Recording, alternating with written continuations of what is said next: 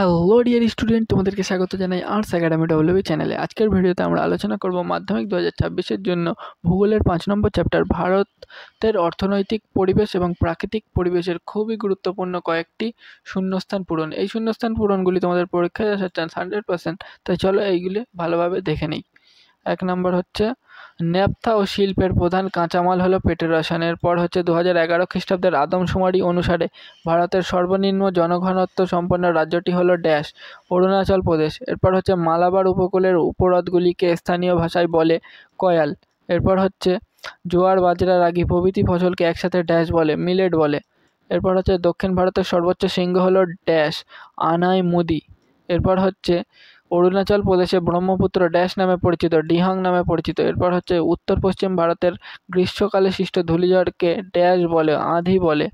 এরপর হচ্ছে ড্যাশ মৃত্তিকা ম্যানগ্রোভ অরণ্যের জন্য আদর্শ, উপকূলীয় লবণাক্ত মৃত্তিকা। এরপর হচ্ছে জামনগর ড্যাশ শিল্পের জন্য বিখ্যাত, তৈল পরিশোধন ও তৈল রসায়ন শিল্পের জন্য বিখ্যাত। এরপর হচ্ছে ভারতের দীর্ঘতম জাতীয় সড়ক ড্যাশ, NH7 বা NH44। এরপর হচ্ছে ভারতের মূল ভূখণ্ডের দক্ষিণতম বিন্দুটি হলো কন্যাকুমারী। এরপর হচ্ছে ড্যাশ ভারতের সর্বাধিক জনবহুল শহর, মুম্বাই।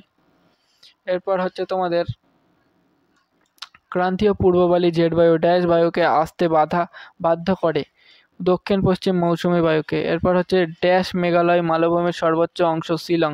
এরপর হচ্ছে 2011 সালের আদমশুমারি অনুযায়ী ভারতে সাক্ষরতার হার ড্যাশ 74.04%। এরপর হচ্ছে ড্যাশ শহরকে দক্ষিণ ভারতের ম্যানচেস্টার বলে, কোয়েম্বাটুরকে। এরপর হচ্ছে মোট জনসংখ্যা এবং মোট ভূমির আয়তনের অনুপাত হলো ড্যাশ, জনঘনত্ব। এরপর হচ্ছে কাশ্মীর উপত্যকায় জাফরান চাষ করা হয় ড্যাশ মাটিতে, কারেওয়া মাটিতে। এরপর হচ্ছে সিন্ধু সমভূমির প্লাবনভূমি হলো ড্যাশ, ধায়া। এরপর হচ্ছে কুমায়ুন হিমালয়ের হ্রদগুলিকে স্থানীয় ভাষায় ড্যাশ বলে, উত্তর হচ্ছে তাল। এরপর হচ্ছে ভারতীয় রেলওয়ে বর্তমান ড্যাশটি জোনে বিভক্ত, 16টি জোনে বিভক্ত। এরপর হচ্ছে লুনি রাজস্থানের ড্যাশ হ্রদ থেকে উৎপন্ন হয়েছে, উত্তর হচ্ছে আনা সাগর থেকে উৎপন্ন হয়েছে। এরপর হচ্ছে ঋতু পরিবর্তনের সাথে সাথে ভারতের মৌসুমী বায়ু প্রবাহ প্রায় ড্যাশ ডিগ্রি দিক পরিবর্তন করে, 180 ডিগ্রি দিক পরিবর্তন করে। এরপর হচ্ছে ড্যাশ ভারতের হিমালয়ের সর্বোচ্চ শৃঙ্গ। এরপর এটি হচ্ছে কাঞ্চনজঙ্ঘা, উত্তর। এরপর হচ্ছে ভারতের গ্রীষ্মকাল ড্যাশ প্রকৃতির হয়, উষ্ণ ও আর্দ্র প্রকৃতির হয়। এরপর হচ্ছে বৌরকেল্লা ড্যাশ শিল্পের জন্য বিখ্যাত, উত্তর হচ্ছে লৌহ ইস্পাত শিল্পের জন্য বিখ্যাত। এরপর হচ্ছে দাক্ষিণাত্য মালভূমি হলো ড্যাশ অঞ্চল, বৃষ্টিচ্ছায়ী অঞ্চল। এরপর হচ্ছে ভারতের মৃত্তিকাকে ড্যাশ ভাগে ভাগ করা যায়, 7টি ভাগে ভাগ করা যায়। এরপর হচ্ছে যমুনা নদীটি উৎপন্ন হয়েছে ড্যাশ হিমবাহ থেকে, যমুনেত্রী হিমবাহ থেকে। এরপর হচ্ছে শীততাপ নিয়ন্ত্রক যন্ত্র ব্যবহারের ফলে বায়ুমণ্ডলে ড্যাশ গ্যাস নির্গত হয়, CFC গ্যাস নির্গত হয়। এরপর হচ্ছে ভারতের রাজ্যগুলি পুনর্গঠন বিল পাস হয় ড্যাশ সালে, 1953 সালে। এরপর হচ্ছে ড্যাশ চা পৃথিবীর বিখ্যাত চা, দার্জিলিংয়ের চা পৃথিবীর বিখ্যাত চা। এরপর হচ্ছে তোমাদের ভারতের ক্ষুদ্রতম রাজ্য হলো গোয়া। এরপর হচ্ছে লাক্ষাদ্বীপ ড্যাশ সাগরে অবস্থিত, আরব সাগরে অবস্থিত। এরপর গ্রীষ্মকালীন শস্যকে বলা হয় ড্যাশ শস্য, খারিফ শস্য। এরপর হচ্ছে ফার্টিলাইজার কর্পোরেশন অব ইন্ডিয়ার সদর দপ্তর ড্যাশে অবস্থিত, উত্তর হচ্ছে সিন্ধরিতে অবস্থিত। এরপর ভারতের বৃহত্তম রাজ্যটি হলো ড্যাশ, রাজস্থান।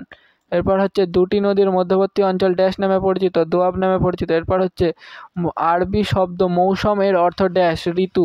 এরপর হচ্ছে ডেকান ট্র্যাপ অঞ্চলে ড্যাশ মাটির প্রাধান্য বেশি, কালো মাটির প্রাধান্য বেশি। এরপর হচ্ছে ড্যাশ উপকূল ভাগে বছরে দুবার বর্ষাকাল, করমণ্ডল উপকূলে বছরে দুবার বৃষ্টি হয়, আর বর্ষাকাল।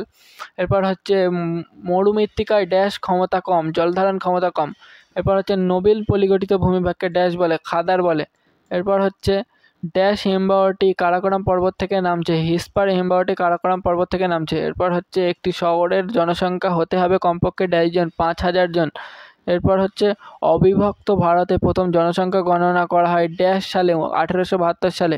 এরপর হচ্ছে লাক্ষাদ্বীপের রাজধানী ড্যাশ, কাভারত্তি। এরপর হচ্ছে গ্রীষ্মকালে বিকেলের দিকে যে ঝড় হয় পশ্চিমবঙ্গে তাকে বলে কালবৈশাখী। এরপর হচ্ছে ময়ূরাক্ষী নদীটি উৎপন্ন হয়েছে ড্যাশ থেকে, ত্রিকুট পর্বত থেকে। এরপর ভারতের শীতকালীন ফসল ড্যাশ শস্য নামে পরিচিত, রবি শস্য নামে পরিচিত। এরপর হচ্ছে ভারত এবং পাকিস্তানের মধ্যে সীমান্তকে বলে ড্যাশ, র্যাডক্লিফ। এরপর হচ্ছে আরাবল্লী পর্বতের পশ্চিম দিকে প্লাবনভূমির নাম ড্যাশ, রোহি। এরপর আখ চাষের জন্য ড্যাশ মাটি প্রয়োজন, চুন ও লবণ মিশ্রিত দোআঁশ মাটি প্রয়োজন। এরপর হচ্ছে শস্যাবর্তন পদ্ধতির মাধ্যমে জমির ড্যাশ বৃদ্ধি পায়, উর্বরতা বৃদ্ধি পায়। এরপর হচ্ছে ভারতের সিলিকন ভ্যালি বলা হয় ড্যাশ শহরকে, বেঙ্গালুরুকে। এরপর হচ্ছে দ্রুতগামী পরিবহন মাধ্যমটি হলো ড্যাশ, আকাশ পথ। এরপর হচ্ছে ড্যাশের সাথে লোহিত নদী মিলিত হয়ে ব্রহ্মপুত্র নাম নিয়েছে, দিবং। এরপর হচ্ছে কেন্দ্রশাসিত অঞ্চলের মধ্যে সর্বনিম্ন জনঘনত্বযুক্ত অঞ্চল হলো ড্যাশ, আন্দামান ও নিকোবর দ্বীপপুঞ্জ। এরপর হচ্ছে ফণিমনসা ড্যাশ অরণ্যের স্বাভাবিক উদ্ভিদ, ক্রান্তীয় মরু। ভারতের প্রাচীনতম ইস্পাত কারখানা ড্যাশ, কুলটি। এরপর হচ্ছে নবসেবা ভারতের ড্যাশ বন্দর, হাইটেক বন্দর। এরপর হচ্ছে ইমেলের কথার পুরো অর্থ কি? পুরো অর্থ ড্যাশ হচ্ছে ইলেকট্রনিক মেল। এরপর হচ্ছে যোগ হলো ভারতের উচ্চতম জলপ্রপাত। এরপর ড্যাশ শহরকে বলে ভারতের ডেট্রয়েট, চেন্নাইকে। এরপর হচ্ছে প্রাণহিতা ড্যাশ নদীর উপনদী, গোদাবরী। এরপর হচ্ছে কাবেরী নদীটি মিলিত হয়েছে ড্যাশ সাগরে, বঙ্গোপসাগরে। ডিয়ার স্টুডেন্ট, পিডিএফটি পেতে হলে স্ক্রিনে আমার হোয়াটসঅ্যাপ নাম্বার দিয়ে দিয়েছি, সেখানে তোমরা মেসেজ করে পিডিএফটি নিয়ে নাও।